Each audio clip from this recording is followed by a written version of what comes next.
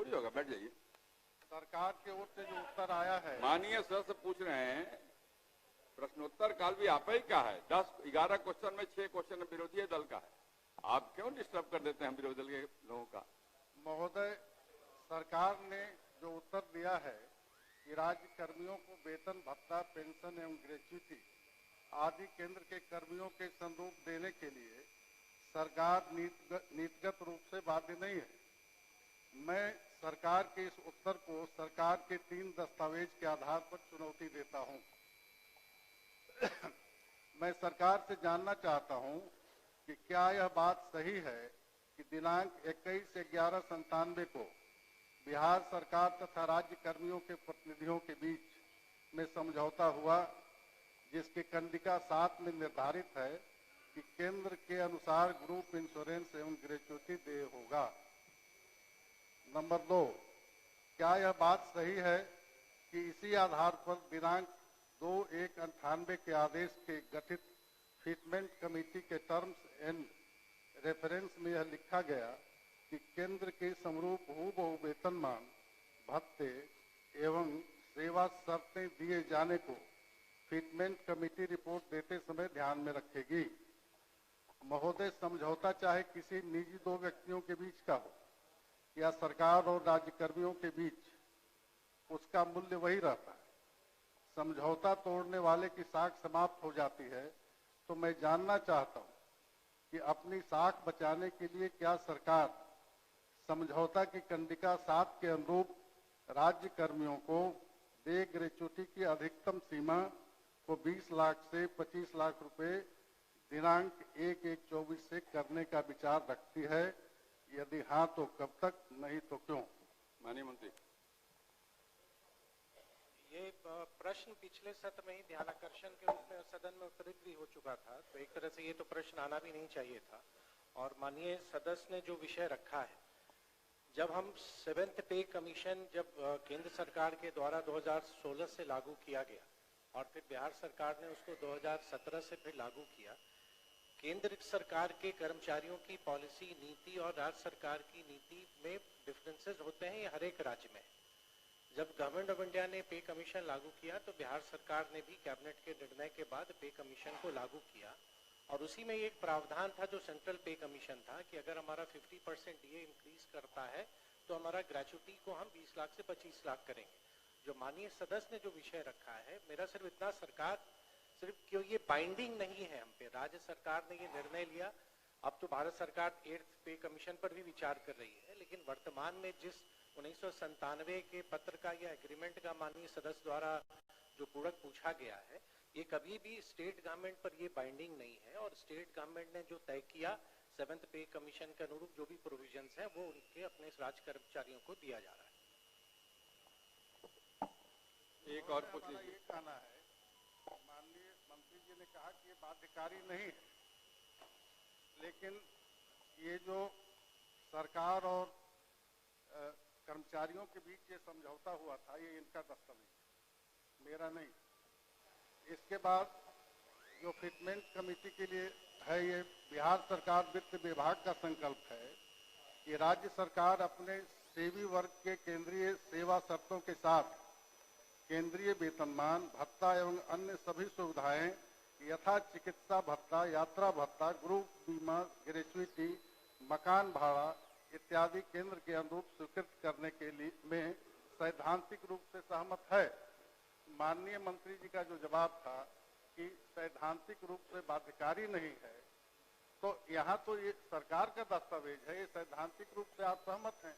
इसके बाद जो है तो फिटमेंट कमेटी बनी, और फिटमेंट कमेटी की जो रिपोर्ट है, in light of decision taken by the government of India in September 1997 on scales of pay for central government employees based on the recommendations of the 5th Pay Commission report, the Fitment Committee was required, according to government resolution, to submit its recommendation on revised scales of pay for state government employees effective from 1/1/96. While submitting its recommendations, the committee was required to keep in mind that state government employees getting higher or lower remuneration that central employees will be sanctioned only such scales as being drawn by central government employees. The state government had decided to grant central scales of pay and allowance with central पूरा पूछिए conditions ना। of service and accepted in principle that all facilities like medical allowance, traveling allowance, group insurance, gratuity, house rent allowance, etc. will be provided to its employees as permissible to employees of the Ajay Babu central पूरा government. पूछिए। ये मेरा कागज नहीं है, सरकार का कागज, ये सरकारी दस्तावेज। ऐसा करिए ना, क्योंकि आपके पास बहुत सारा डॉक्यूमेंट है, तो माननीय मंत्री जी को दे दीजिए, आपको लिखित उत्तर भिजवा देंगे। नहीं, ये प्रोसीडिंग का पार्ट बने, हम ये नहीं आप तो पढ़ चुके। माननीय अध्यक्ष महोदय, हम ये नहीं कहते कि ये जो आपका कागज है ये आपका दस्तावेज है, आप बढ़ाइए नहीं बढ़ाइए आपका मामला है। आपके पास पैसा नहीं हो, आप कह दीजिए कि हम बैंकरप्ट हम नहीं बढ़ाएंगे, लेकिन आप अपने दस्तावेज को तो एक्सेप्ट कीजिए। इसलिए तो मैं कर रहा हूँ, दस्तावेज मंत्री जी को दे दीजिए, आपको लिखित उत्तर भिजवा देंगे। इसको महोदय एक मिनट बैठ जाइए, मंत्री जी कुछ कहने वाले। अध्यक्ष महोदय, बैंकरप्ट नहीं है हमारा, तो बजट आकार 23,000 करोड़ से अब 3,17,000 करोड़ तक चला गया है। हमारे हाथ में बिहार सरकार का बजट है जो 2017 का है। मेरा सिर्फ इतना कहना है कि जिस विषय को माननीय सदस्य उठा रहे हैं, किसी भी स्टेट गवर्नमेंट पर, सिर्फ बिहार में ही नहीं, देश के किसी भी राज्य में भारत सरकार के लिए जो कर्मचारियों के लिए जो नियमावली बनाती है वो किसी भी स्टेट गवर्नमेंट पर बाइंडिंग नहीं है। विभिन्न राज्यों में अपने कर्मचारियों की अपनी पॉलिसी होती है और राज्य सरकार मंत्रिपरिषद के निर्णय के आलोक में जो उचित लगता है, मेजर प्रोविजंस जो 7th पे कमीशन के हैं उसको गवर्नमेंट ऑफ बिहार ने मंत्रिमंडल के निर्णय से माननीय मुख्यमंत्री की स्वीकृति के बाद उसको लागू किया हुआ है और ये स्टेट गवर्नमेंट पर बाइंडिंग नहीं है। यही मेरा माननीय सदस्य को मेरा सूचना देना। अजय जी महोदय बैठिए, आपका हो गया। महोदय, अध्यक्ष महोदय, मैं सिर्फ सरकार से ये जानना चाहता हूं कि सरकार और कर्मचारी यूनियन के बीच समझौता हुए और जब समझौता सरकार ने किया और उसको लागू करने का डेट भी दिया, तो उसको पूरी तौर पर लागू करने में सरकार को क्या दिक्कत है, ये जानना चाहता हूं। आप अजय बाबू कागज मंत्री जी को दे दीजिए, पूरा अध्ययन करके फिर से पढ़ लेंगे, क्योंकि इतना लंबा चौड़ा आपका है कि हो नहीं पाएगा ना, तो वो पूरा उत्तर आपको भिजवा देंगे। दे दीजिए, पढ़िए। नहीं अध्यक्ष महोदय, एक बात हो गया आपका। अब आपके बात तो अजय जी बोल रही, अब आप बोलिएगा। अब नहीं हो गया, आप दे दीजिए मंत्री जी को। महोदय, एक बात सुन लिया जाए। हमारा ये कहना है कि सरकार ने लिखा है कि भत्ता, पेंशन, उपादान आदि केंद्र सरकार के कर्मियों के संरूप देने के लिए नीतिगत रूप से बाध्य नहीं है। इसका उत्तर अस्वीकारात्मक है। सरकार ये कहे कि ये स्वीकारात्मक है, पैसा होगा तो देंगे। अब तारांकित प्रश्न लिए जाएंगे। हो गया। मैं चाहता हूं सर कि समझौता मैंने आपने कहा ना किया। आपको, क्योंकि बहुत सारे सरकार डॉक्यूमेंट इन्होंने दिए हैं।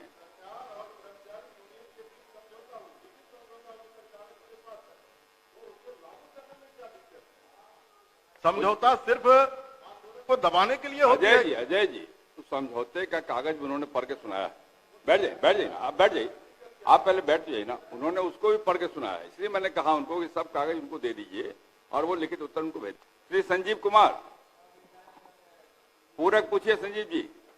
अध्यक्ष महोदय, मैं जो उत्तर आया है उससे मैं संतुष्ट नहीं हूं। मैं माननीय मंत्री जी से आग्रह करता हूं कि उत्तर में दिए हैं हर जोरावरपुर पंचायत, नया गांव है और कोलवारा है और साथ में डोएठा पंचायत है, यहाँ पे बैंक की दूरी 4 से 6 किलोमीटर पे है और वो जो है वहां पे सिर्फ ग्राहक सेवा केंद्र खुला है। उसका एक सीमित दायरा होता है, 10,000 से 25,000 तक का ही ट्रांजैक्शन उसमें होता है।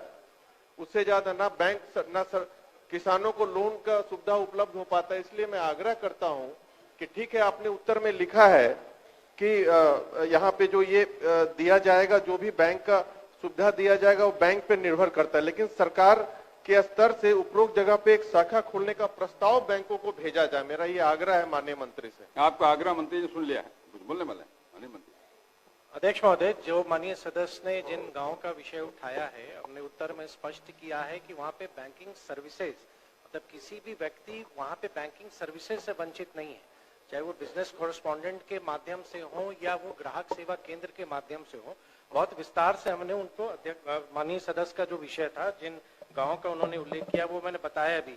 माननीय सदस्य और आपके माध्यम से पूरे सदन की जानकारी के लिए, भारत सरकार के वित्तीय सेवाएं विभाग का एक सर्कुलर है जो 2023 में बिहार के संदर्भ में वो पत्र आया था। अगर आपकी अनुमति हो तो एक पैराग्राफ में पढ़ दूं। आई वुड ये ज्वाइंट सेक्रेटरी हैं मुकेश कुमार बंसल जी, उनका पत्र है। I would like to inform you, जो हमारे यहाँ मुख्य सचिव को इन्होंने, जो वित्त सचिव थे, उनको लिखा है। I would like to inform you that one of the major priorities of the department of financial services is to ensure availability of banking outlet with bank branch, business correspondent or India's post payment bank center within 5 kilometers।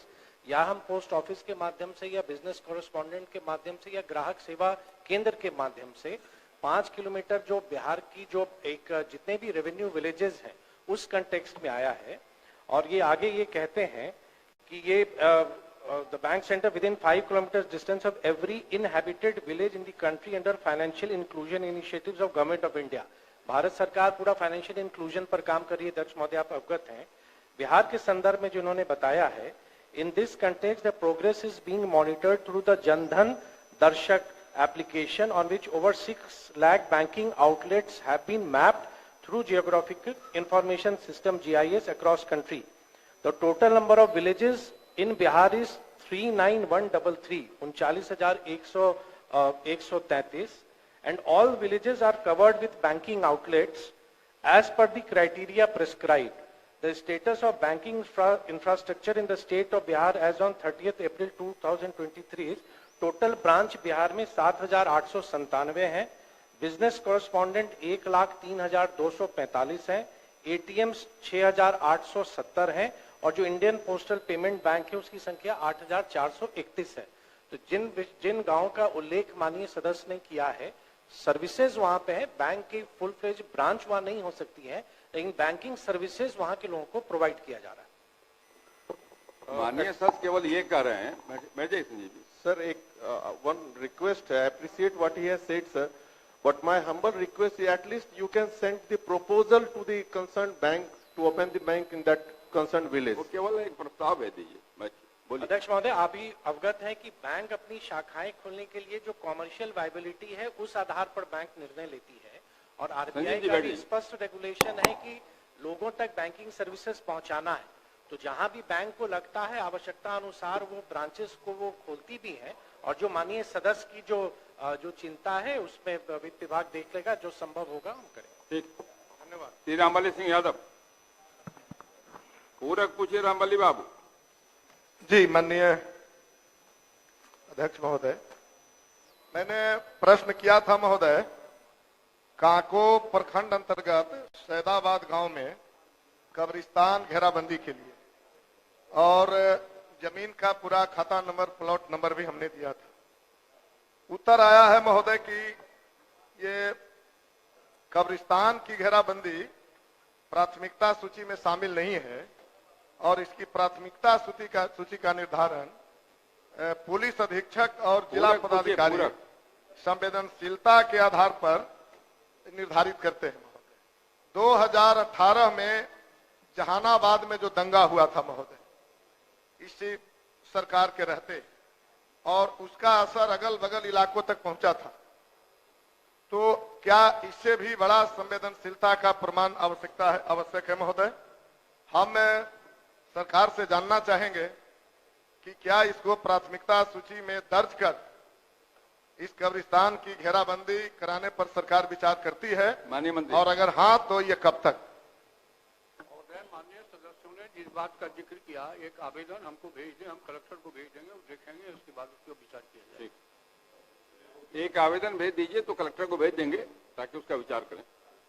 Shri Ajit Kumar Singh. Pramod ji, मेरा काम आप मत करिए। हाँ, आप मत करिए भेजने के लिए। इसमें क्या आपत्ति हो सकती है? तो पॉजिटिव जवाब है, सरकार के पहल पॉजिटिव है। अलग से भी आवेदन देना? हाँ, एक दे दीजिए इनको, मंत्री जी को दे दीजिए। माननीय अध्यक्ष महोदय, पूरक पूछिए जी। पूरक पूछ रहा हूं महोदय। हमने जो सवाल किया बड़ी जवाब देने में बाजीगरी दिखाते हैं अधिकारी लोग। पूरक पूछो भैया, पूरक। वही पूरक है महोदय। पहला मैंने पूछा कि क्या जो राज्य में अन्य राज्य कर्मी शहर में रहते हैं उन्हें अतिरिक्त शहरी भत्ता मिलता है, तो लिखा है कि स्वीकारात्मक है। फिर हमने पूछा कि क्या पुलिसकर्मी जो इधर पटना दानापुर में रहते हैं क्या इनको मिलता है, तो पहले तो लिखना चाहिए था कि नहीं मिलता है, वो नहीं लिखा गया है। जवाब जो दिया गया है उसमें एक चिट्ठी का हवाला दिया गया है महोदय कि 18 जून 24 के आलोक में पुलिस मुख्यालय को पटना जिला के खगौल और यहां पर देने के लिए भेजा गया है, लेकिन ये अभी तक लागू क्यों नहीं है, मेरा ये पहला पूरक है महोदय। माननीय मंत्री महोदय, निर्देश दिया गया है, लागू हो जाएगा, कोई दिक्कत नहीं होगी। नहीं अध्यक्ष महोदय जवाब तो बहुत भेग में है कि निर्देश दिया गया है, लागू हो जाएगा। महोदय मैं जब सवाल पूछ रहा था तो फरवरी का महीना रहा होगा और पिछले साल जून में आपने आदेश दिया और फरवरी 2025 तक लागू नहीं हुआ।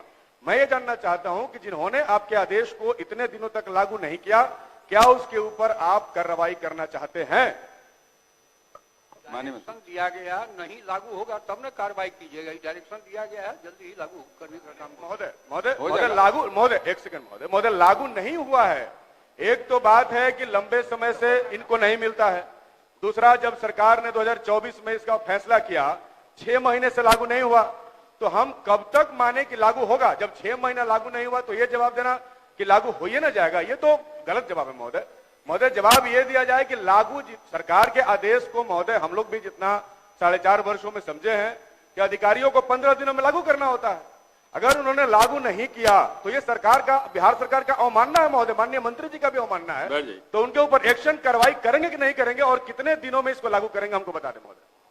माननीय मंत्री से जल्द लागू कर लिया जाएगा, नहीं करने पर कार्रवाई की जाएगी। ठीक। देवेश कांत सिंह पूरक पूछिए। देवेश जी पूरक पूछिए। आपके आदेश से पूछता हूं कि ये बीएलओ लोगों को तो उनका कार्य भत्ता दिया जा रहा है, लेकिन जो AERO जो पूरे साल भर मतदाता सूची का काम चल रहा है, इससे संबंधित ब्लॉक लेवल पर कोई व्यवस्था नहीं है। ERO ऑफिस में होता है, जो RO ऑफिस है, ERO ऑफिस है, वहां हो जाता है, लेकिन ब्लॉक में ब्लॉक का पैसा लगा के उसका बिल संपुष्ट किया जाता है, जो कि झंझट का काम है, बाद में उसमें दिक्कत आएगी। इसलिए AERO ऑफिस कार्यालय के लिए क्या व्यवस्था है, यही पूछना चाहता हूं। माननीय मंत्री महोदय, सुनो भाई, जवाब सुनिए। महोदय, ये जो बीएलओ को भत्ता दिया जाता है इसलिए कि बीएलओ की जिम्मेदारी है कि वो अपने जो मूल कार्य है उसके अलावा बाकी समय में, जो सब लोग को कम से कम हमारे साथियों को पता है कि बीएलओ प्रायः शिक्षक होते हैं और कुछ दूसरी सेवा से भी होते हैं, उनकी ड्यूटी है कि वो अपना काम करने के पश्चात गांव में घर घर घूम के वो मतलब डेटा कलेक्ट करेंगे या मतदाता सूची को अद्यतन करेंगे, इसलिए उनको भत्ता दिया जाता है। और AERO जो है ये अपने जितना देर उनका ऑफिस टाइम है उनको अपने दफ्तर में बैठ कर ही काम करना रहता है, इसलिए उनको कोई भत्ता या टीए नहीं दिया जाता है।